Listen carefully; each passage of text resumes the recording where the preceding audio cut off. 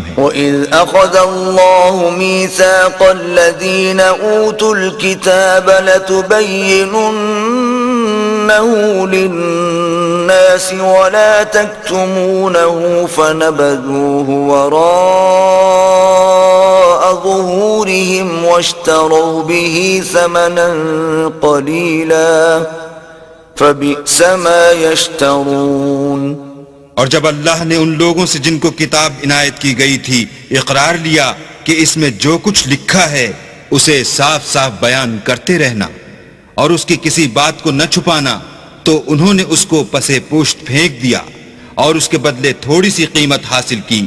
یہ جو کچھ حاصل کرتے ہیں برا ہے۔ لا تحسبن الذين يفرحون بما أتوا ويحبون أن يحمدوا بما لم يفعلوا فلا تحسبنهم بمفازة من العذاب وَلَهُمْ عَذَابٌ أَلِيمٌ۔ جو لوگ اپنے ناپسند کاموں سے خوش ہوتے ہیں اور پسندیدہ کام جو کرتے نہیں ان کے لیے چاہتے ہیں کہ ان کی تعریف کی جائے، ان کی نسبت خیال نہ کرنا کہ وہ عذاب سے رستگار ہو جائیں گے اور انہیں درد دینے والا عذاب ہوگا۔ وَلِلَّهِ مُلْكُ السَّمَاوَاتِ وَالْأَرْضِ وَاللَّهُ عَلَى كُلِّ شَيْءٍ قَدِيرٌ۔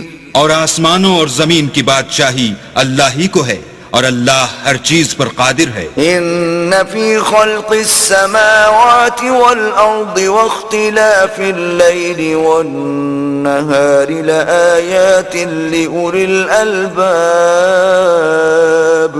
بے شک آسمانوں اور زمین کی پیدائش اور رات اور دن کے بدل بدل کر آنے جانے میں عقل والوں کے لیے نشانیاں ہیں۔ الذین یذکرون اللہ قیاما وقعودا وعلی جنوبہم ویتفکرون فی خلق السماوات والارض ربنا ما خلقت هذا باطلا سبحانك فقنا عذاب النار۔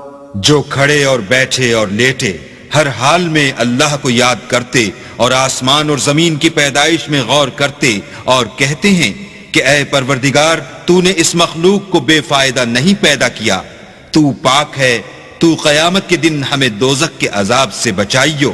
ربنا انك من تدخل النار فقد اخزيته وما للظالمین من انصار۔ اے پروردگار جس کو تو نے دوزخ میں ڈالا اسے رسوا کیا اور ظالموں کا کوئی مددگار نہیں۔